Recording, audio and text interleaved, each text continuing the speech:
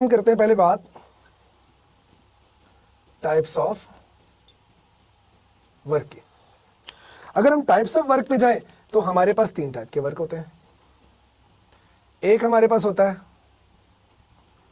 Positive work, एक हमारे पास होता है नेगेटिव वर्क और एक हमारे पास होगा जीरो वर्क। पॉजिटिव वर्क कब होगा? याद रखिएगा, पॉजिटिव वर्क कब होगा? जब फोर्स और डिस्प्लेसमेंट एक दूसरे के साथ क्या हो, लाइक पैरेलल हो। मसलन जिस डायरेक्शन में फोर्स है उसी डायरेक्शन में डिस्प्लेसमेंट हो तो उस टाइम पे वर्क क्या होता है? पॉजिटिव। या फिर जैसे मैंने पीछे आपको एग्जांपल दी थी, फोर्स यहां लग रही है, डिस्प्लेसमेंट इस तरफ था, तो फोर्स का एक कंपोनेंट था जो डिस्प्लेसमेंट की डायरेक्शन में हो जाए। तो याद रखिएगा, या फोर्स लाइक पैरेलल हो डिस्प्लेसमेंट के साथ, या फिर फोर्स का कोई एक कंपोनेंट लाइक पैरेलल हो डिस्प्लेसमेंट के साथ, तब वर्क हमारा क्या होगा? पॉजिटिव होगा। ये बात आपने याद रखनी है। अगर हम इसको मैथमेटिकली बात करें तो मैथमेटिकली हम कहते हैं when ever theta is less than 90 degree, तो उस टाइम पे वर्क क्या होता है? पॉजिटिव। क्योंकि हम जानते हैं वर्क क्या होता है? F D cos theta. तो कॉस थीटा की वैल्यू 90 डिग्री से जब तक लेस होगी तब तक वर्क क्या रहेगा? पॉजिटिव ही रहेगा। ठीक है? क्यों? क्योंकि हमने ये बात पढ़ी हुई है ASTC, मैथ्स में हम पढ़ते हैं आफ्टर स्कूल टू कॉलेज। इसको याद रखने का तरीका है ऐड शुगर टू कॉफी, भी आप याद रख सकते हैं। ए स्टैंड फॉर ऑल पॉजिटिव। तो पहले क्वाड्रेंट की जो रेंज होती है, ये देखें, जो यहां से लेकर यहां तक की है वो 0 से लेकर 90 डिग्री तक है। पहले क्वाड्रेंट में सिर्फ 0 से 90 तक जो है वो उसकी रेंज है, उसमें तमाम ट्रिग्नोमेट्रिक फंक्शन पॉजिटिव होते हैं। तो लेस देन 90 पे कॉस पॉजिटिव होगा, लेकिन जैसे 90 से एंगल बढ़ जाएगा तो वहां पर कॉस पॉजिटिव नहीं होता बल्कि साइन होता है। तो हम नेगेटिव वर्क की अगर हम बात करें तो नेगेटिव वर्क कब होगा? नेगेटिव वर्क हमारे पास होगा जब force and displacements are anti parallel. जब फोर्स और डिस्प्लेसमेंट क्या हो जाए?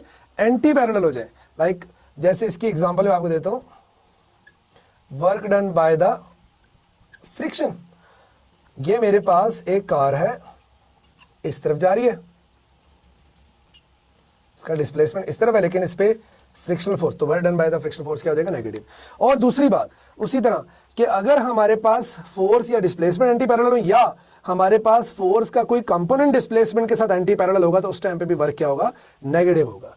मैथमेटिकली अगर मैं बात करूं तो मैथमेटिकली क्या होगा? जब मेरा थीटा ग्रेटर देन 90 डिग्री हो जाएगा, या यूं कह दें थीटा 90 से बड़ा हो जाए और 180 से स्मॉलर हो जाए, इस रेंज के अंदर आएगा, मतलब वो सेकंड क्वाड्रेंट बनता है। अगर हमारा थीटा 90 से बड़ा और 180 से स्मॉलर है और 180 के बराबर भी इवन हो जाए, तब हमारा वर्क क्या होगा? उस टाइम पे भी वर्क हमारा क्या रहेगा? नेगेटिव रहेगा। ठीक है? Work done by the friction force, ये एग्जांपल है वर्क डन नेगेटिव वर्क की। बॉल को आप ऐसे ऊपर फेंक रहे हैं तो बॉल ऊपर जा रही है, डिस्प्लेसमेंट अपवर्ड कवर हो रहा है, ग्रेविटेशनल फोर्स डाउनवर्ड है। तो मैं अगर कहूं work done by the gravitational force क्या है? नेगेटिव है, अगर बॉल को ऊपर फेंका जाए। और इसके केस में अगर बॉल ऊपर से नीचे आ रही है तो ग्रेविटेशनल फोर्स भी डाउनवर्ड और डिस्प्लेसमेंट डाउन, तो वर्क डन क्या हो जाएगा? पॉजिटिव हो जाएगा। जीरो वर्क की बात करते हैं। जीरो वर्क हमारे पास कब होगा? सिंपल है, मैथमेटिकली सबसे पहले अगर मैं बात करूं तो जब हमारा थीटा क्या हो जाएगा? 90 डिग्री हो जाएगा, तो वर्क क्या होता है? F D cos 90 degree, cos 90 zero होता है, तो वर्क क्या हो जाएगा? जीरो हो जाएगा हमारे पास। ठीक है? अब इसकी एग्जांपल हमारे पास बहुत सारी हैं। हमारे पास सपोज ये एक बकेट है, आपने इसे अपवर्ड उठाया हुआ है, फोर्स अपवर्ड लग रही है, लेकिन आप इसे इस डायरेक्शन में लेके जा रहे हैं, तो डिस्प्लेसमेंट कितना आ रहा है? इस तरफ है, और दोनों के बीच एंगल क्या आ रहा है? 90 डिग्री। तो वर्क क्या हो जाएगा? हमारे पास जीरो हो जाएगा। इसके अलावा क्या है कि आप एक वॉल को पुश कर रहे हैं और वॉल अपनी जगह से मूव ही नहीं कर रही, तो हमारा वर्क क्या हो जाएगा? जीरो। देखिए, हमें आपने इस तरह से सोचना है कि वर्क को जीरो करना है, या तो फोर्स लगाओ ही ना, तब भी वर्क जीरो रहेगा। आप फोर्स लगा रहे हो, एंगल भी आपका कोई ना कोई बन रहा है, 90 के अलावा बन रहा है, लेकिन उसमें डिस्प्लेसमेंट कवर ही नहीं हो रहा। जैसे मैंने कहा वॉल को पुश कर रहे हो तो डिस्प्लेसमेंट जीरो, तो वर्क भी जीरो। या फिर फोर्स और डिस्प्लेसमेंट के बीच एंगल 90 डिग्री हो तो वर्क क्या हो जाएगा? जीरो हो जाएगा हमारे पास। मेरी बात समझ गए होंगे आप? अच्छा, ये तो थे हमारे पास पॉजिटिव, नेगेटिव, और ये हमारे पास था जीरो वर्क की सारी बातें। अब हम इस पे थोड़ी सी और बात कर लेते हैं।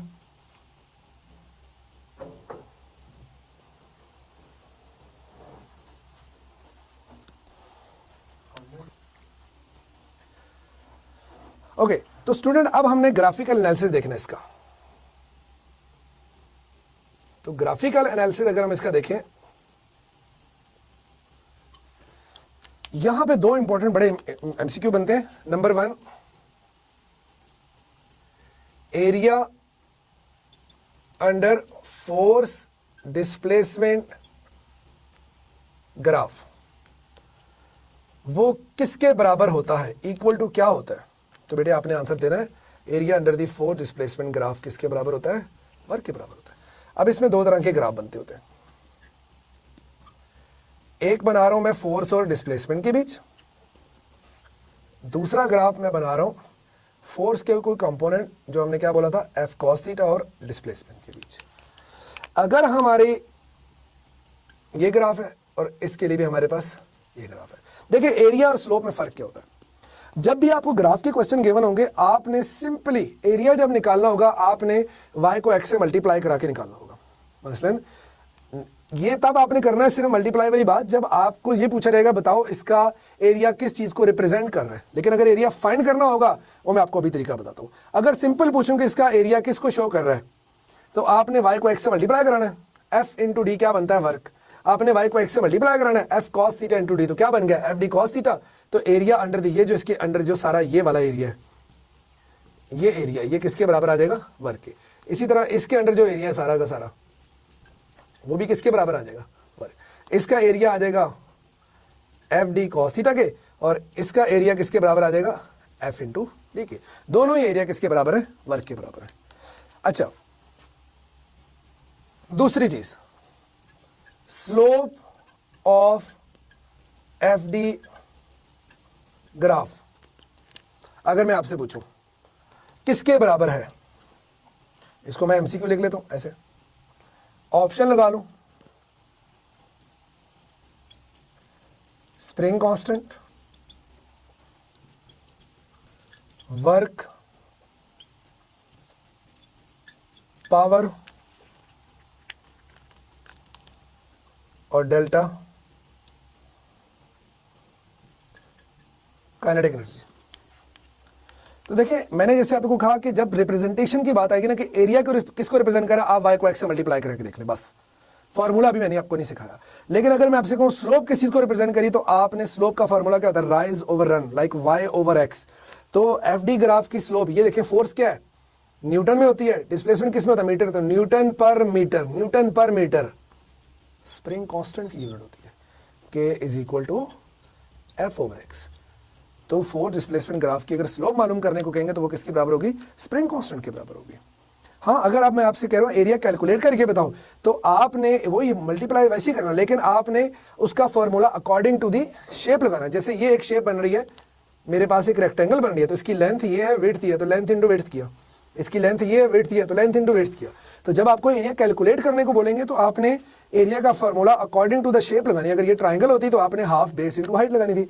लेकिन अगर एमसीक्यू आता है कि क्या रिप्रेजेंट कर रही है, तो जस्ट आपने y को x से मल्टीप्लाई करा देना। तमाम जितने भी क्वेश्चन आएंगे एरिया रिप्रेजेंटेशन के और स्लोप रिप्रेजेंटेशन में आपने f को d पे डिवाइड कर, लाइक y को x को x एक्सिस पे डिवाइड करके देख। तो स्टूडेंट अभी हमने वर्क की डेफिनेशन सीखी और हमने वर्क के फॉर्मूला सीखे कि वर्क बराबर होता है f डॉट डी के और f d cos थीटा के बराबर होता है।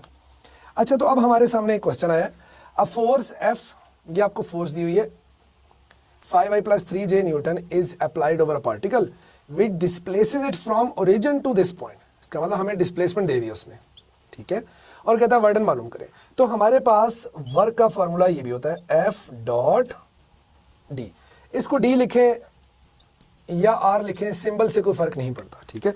तो हमने बेटे क्या करना है, जब हमारे पास आई जे की फॉर्म में होगा तो हमने क्या करना है, इसकी वैल्यू लिखनी है। पहले फोर्स आ रहा है, फोर्स क्या दिया हुआ है, 5i + 3j,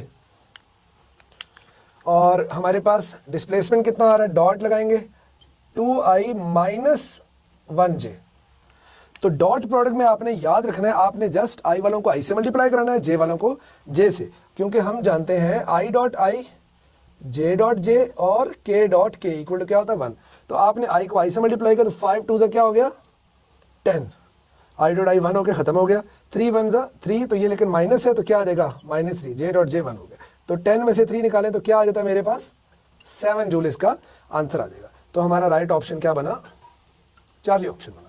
इसके बाद हम आते हैं नेक्स्ट क्वेश्चन पे, हमारे सामने लिखा हुआ है, कहता a horizontal force of 5 newton is required to maintain a velocity of 2 metre per second for a block of 10 kg mass sliding over a rough surface. The work done by this force in 1 minute is, 1 minute में आपने बताना है कितना work हुआ है।